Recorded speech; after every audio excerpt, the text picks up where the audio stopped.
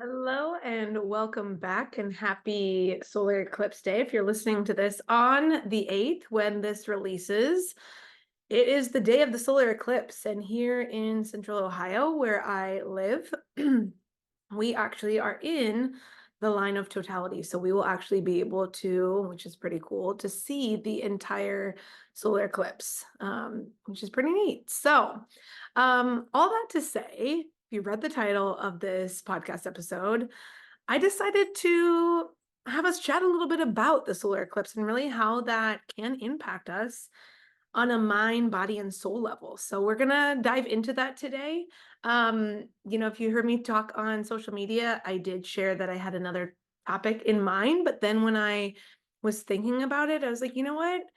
I think I would really rather talk about something that is like contemporary. I mean, not to say that that topic wasn't, but I really wanted to talk about something that was happening right here, right now. It's a one of those things that doesn't come around very often. The last time we saw a solar eclipse was in 2000, I believe, 17, and this is the last one for the next 90 years. So, I don't know about you, but I won't be around in 90 years unless I make it to 120, which I don't think that is going to happen, but could be pleasantly surprised, although I don't know I want to live that long anyways, but I digress.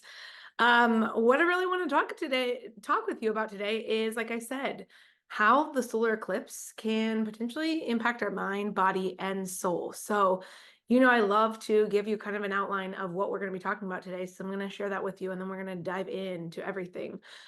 So first, we're going to talk about what actually is a solar eclipse, and then what is some of the ancient history behind it, which I think is pretty neat and fascinating.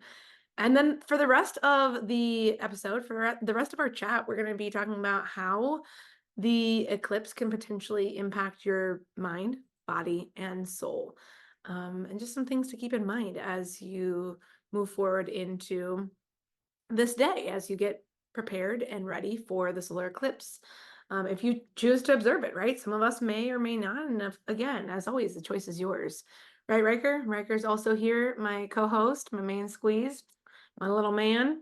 So we're going to dive right into this. So let's get going. So what is a solar eclipse, right? Well, simply put, a solar eclipse is what happens when the moon passes in between the sun and the earth. And so what we're actually seeing when we look up in the sky with those special glasses, make sure you have those special glasses and that they are legit, because otherwise you could seriously damage your retinas, and that's not good. We don't want our eyes to be damaged.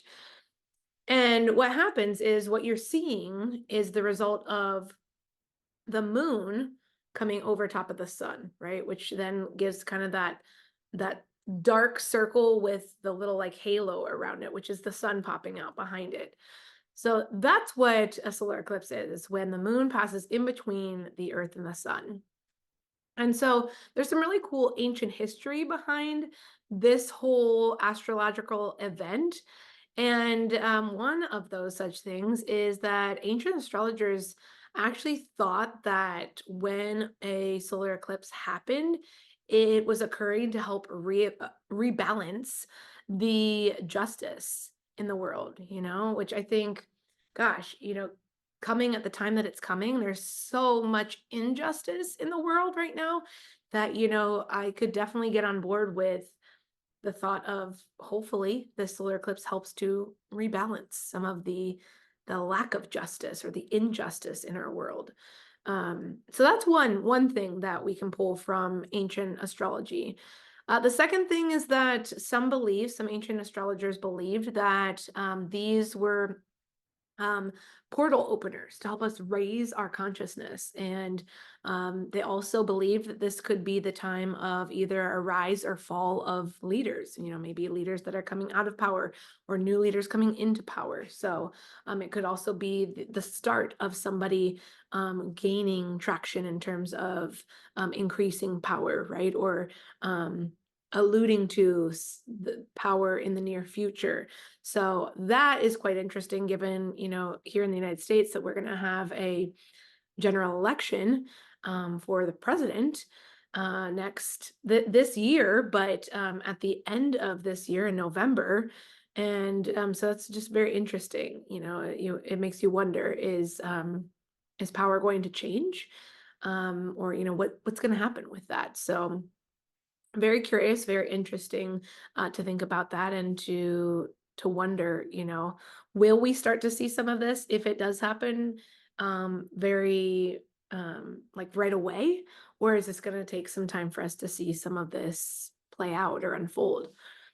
The other thing is that astrologically speaking, it's often thought that this is a time for new beginnings and making a fresh start in your life. So I think out of everything that I just shared, that's one of the best things that comes out of this discussion is like, okay, what can I latch onto that serves me, supports me, and makes me feel optimistic and rejuvenated and excited, right? And I think it would be that last piece there, which is that astrologically speaking, astrologers, ancient astrologers, and even current contemporary astrologers are saying that typically speaking, when we have a solar eclipse, that this elicits a time of making a fresh start and having these new beginnings in your life. So I can definitely get on board with that for sure. Now, let's dive into what does this all mean for our mind, body, and soul, right? Our holistic wellness and our holistic being. So I'll be honest with you, in doing the research, there's really not a whole lot of stuff related to the mind that I found. Some of what I'm going to share in terms of body and soul could connect in a way to your mind, but I think it really boils down to how you process the event and how you perceive the event, right? So if it's something that you're looking forward to, your mindset's probably going to be a little bit more optimistic, a little bit more excited, joyful, right? If you are someone who is not looking forward to it, or you're like, I just can't wait till it's over. I live in the path of totality. So there's going to be all these people flocking to my area, which again, that's something that I am noticing. It's definitely more crowded out on the streets because people are coming into my state, Ohio, and specifically my area to see this event, this once in a lifetime event for many. So it's pretty cool. I mean, it's pretty neat. But again, some people might say, I don't, this is not my jam. This is not something that I'm excited about. Some people might also be pessimistic about it and say, oh, this is going to have bad juju, bad vibes. Um, Again, it's everybody's, you know, way that they choose to interpret the event. And there's no right or wrong way to go about it. But long story short, when it comes to your mindset, it really boils down to you. Like, how do you feel about it? So I encourage you to, journal about it if that's something that supports you, or just, maybe reflect on it aloud with a partner or a friend or a family member, whoever you feel comfortable. Maybe just reflect aloud to yourself while you're in the shower or working out or what have you. Those can be great ways for you to process and really see what you're feeling and how to move forward with that. So that unfortunately is kind of a downer. I don't have, or a doozy there. I don't have a whole lot to report on mindset, but again, it comes down to each and every one of us as an individual. So how you're going to process this event is going to be different.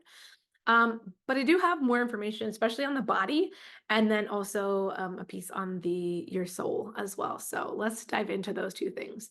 So when it comes to your body, there's, again, like I said, several things that I found in the research. And again, take what you want, leave what you don't, value, or you don't connect with, or you don't believe in. Again, I'm not saying that I believe in any of this stuff. I'm just sharing the information that I've found. And again, you take what resonates with you and let the rest go. So the first thing I found is that balance might be affected due to the fact that there's going to be this shift in vibration and energy frequencies. So if you feel like you're a little off balance, either before, during, or after the eclipse, that is not uncommon. There's been a lot of talk about this next piece, which is animals. And there's actually been several blog posts that I've read that have talked about this piece as well. And what it boils down to is that animals can sense um, this change and what is happening. So what we may or may not see, and especially if you have animals, this really is for your domesticated pets. But we can also see it in the wild animals as well.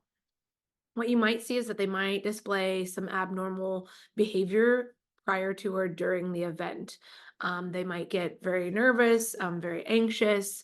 They might get tired or lethargic because it is going to get dark. Before the event, your pets might um, appear like they're getting ready for bed or think that it's time for bed because it's getting dark. However, on the flip side, some pets, I know I have a pet that is like this. One of my dogs, Lily, is deathly afraid of and just very anxious about thunderstorms, especially thunder. And heavy rain. And so, some of these same types of tendencies of getting really anxious during those types of instances, those naturally occurring events could happen with the solar eclipse. So I don't anticipate Lily having that issue, but again, I'm preparing myself for what could be if that does happen. So just make sure you are there to comfort and support if at all possible, um, because that's going to help to reassure them that everything's going to be okay. Now, the uh the solar eclipse also could potentially mess with our circadian rhythms. This to me makes total sense because again, it's going to get dark, right? The moon is going to go over top of the sun, which means it's going to get dark. It's going to look like it's nighttime for a little bit. And because of that, that can potentially mess with our circadian rhythms. When our bodies sense and see that it's getting dark, our bodies start to prepare ourselves for night, right? So our melatonin starts to increase. It starts to help us to get ready for rest and for sleep. And so you may, as a human, feel a little bit tired, lethargic. Um, it can also activate more of like a dreamlike state for you. So this could potentially be, I know there's some people out there that say, no, don't do this, but again, it's your choice. Some are saying this could be a good time for you to do some meditation, do some reflection. So the choice is yours. Um, Given that the fact that this will happen in the afternoon, here in Ohio, it's going to be the Eastern Standard Time that we're operating on. So it's going to be around 3:10, I believe, 3:15 that we will see the total solar eclipse. It's mid-afternoon, right? So that could be if you're up for it and you feel like that's the right path for you. It could be a great time for you to do some meditation and mindfulness. Um, so yeah, the other thing is that research has shown that, and studies have shown that prolactin levels, which are they're a hormone in the body, they are actually elevated immediately. They become elevated immediately after a solar eclipse. And this hormone actually helps to do a lot in the body. It helps to regulate the metabolism, your immune system, and even the development of the pancreas. And so what happens is when we have these elevated prolactin levels following a solar eclipse, they kind of mirror the rise in prolactin when we reach that peak of REM sleep, which is right before we come out of our rest. Um, and it's right with the beginning of your morning or the dawning of light. So just keep that in mind that your hormones are going to obviously be affected in this. And just like I said, melatonin might increase in you because it gets dark. The prolactin levels might also increase in you, which increase in your body, I should say, which could potentially cause you to feel a little bit more tired. Um, Again, on the flip side of things, you might feel a burst of energy during this time. And then right after that, need to rest and recharge. That's okay. Just let your body do what it needs. And one thing that I saw resoundingly, which I mean is always a good thing to do, when I was looking to see, like, okay, what do they suggest if you need to like bring your body back to somewhat of an equilibrium or just kind of mellow it out. The big suggestion that was mentioned there, or mentioned throughout all of what I read, was bring in some grounding exercises. So whether that be, maybe doing some yoga outside, in the grass, or walking in bare feet, either in the dirt or the grass. Um, just being out in nature is really going to be helpful too, just to help you bring your body back to a grounded state if it becomes a little out of whack, or in a state of kind of shock, or um, kind of off balance or off kilter. So that is, a lot of stuff to take in for your body. But again, I wanted to share everything that I found because I think it's really interesting that, our bodies are cyclical beings. I mean, especially as women, we follow a 28-day-ish cycle, and men follow a 24-hour cycle. And it's just interesting to see how, like, some of those rhythms that we have really do connect with this solar eclipse. I fully believe it. Everything that happens in our world is directly impacts our body. And with the research that I have shared with you thus far, it just, it shows that it proves to be true, that what we are experiencing, excuse me, in the world directly impacts our bodies as well. So the last thing I want to share with you is the soul piece. And so the big piece that I found here was that, according to some Native American shamans, which are individuals who can be in touch with both the good and evil spirits of the world, they believe that this event is a powerful time for healing. And so this is a great time for you to reflect on things, to try to let go of differences, and really to come together, versus being divided, with whether it's people that you don't see eye to eye with, groups and cultures in the world that are having, issues.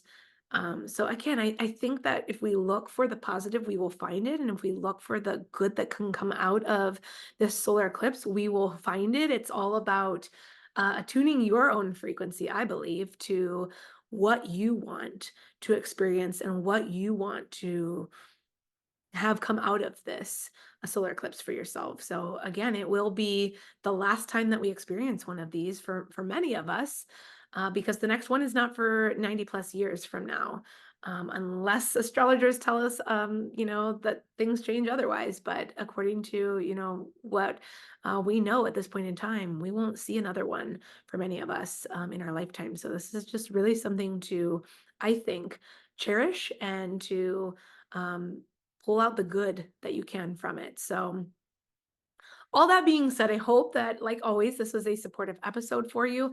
I do want to just share two quick things before I let you go, two quick things that I'm really excited about. And that first one is I will be hosting a masterclass. Yes, masterclasses are coming back. I did several masterclasses back in 2023 and I loved them. And I'm bringing masterclasses back.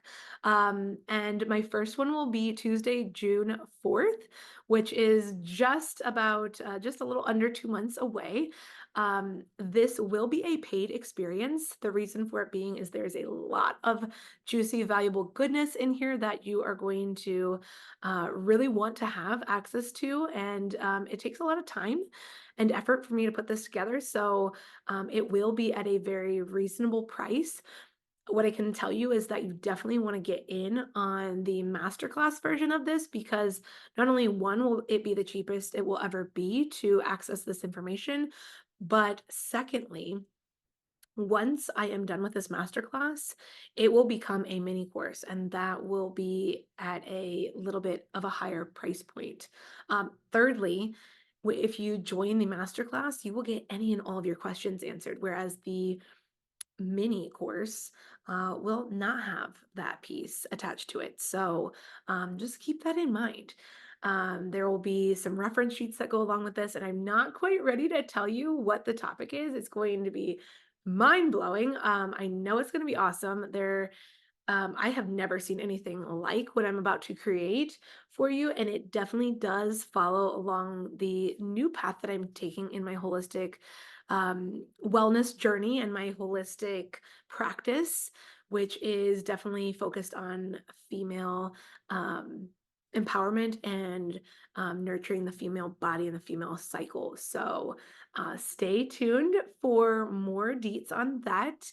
And then the second piece is that the um, weekend of July 20th and 21st, I am going to be hosting my first ever live virtual health and wellness summit. Is called a Women's Wellness Summit. There are going to be 8 incredible speakers that are joining. I am blessed to call all of them my friends. And what is going to happen is there are going to be 2 hours each day where speakers are going to be sharing on a variety of different topics related to our health and wellness. They are down to earth. They are experts in their line of study and their field. And they're going to be sharing their wisdom and their guidance and their support and connecting with you, of course, inside our Facebook group, where you're going to be able to connect with other like-minded women, as well as connect with the speakers. And then on top of that, there is going to be a carefully curated and crafted box wellness kit that is going to be sent to you as part of the price of this ticket for the event. And each and every one of the speakers has hand selected an item to go inside this box that is going to help support you in your health and wellness journey. So I am so excited to be bringing this to the world for the first time. And I know there are going to be more of these to come, but snag your ticket here in the next couple of weeks when they go on sale, because you're not going to want to miss out on this event. Tickets will go on sale mid-April and will be on sale all the way through the beginning of June. And then, like I said, we will be putting those boxes together. My girl Sam is going to be putting together these incredible boxes. So can't wait. And then we will be together on July 20th and 21st. It is a Saturday and Sunday. I just simply am super excited for this, and I'm just so grateful to be able to bring this to you. So, not to mention, the box will have some other extra special goodies that some incredible health and wellness companies are donating. So, you just don't want to miss it. It's going to be an epic box, an epic experience. And we're just going to be creating an epic community, as we always do here with the Listening to Your Gut podcast and beyond and outside that scope. So come join us, and you won't regret it. I promise you. So that is that. I hope you have a wonderful Monday. Happy solar eclipse day. Stay safe. Make sure you've got your solar eclipse glasses on if you're going to view the event. And yeah, I hope you have a wonderful rest of your week, a wonderful start to your week if this is Monday when you're listening to it. And I will chat with you next week. Take care.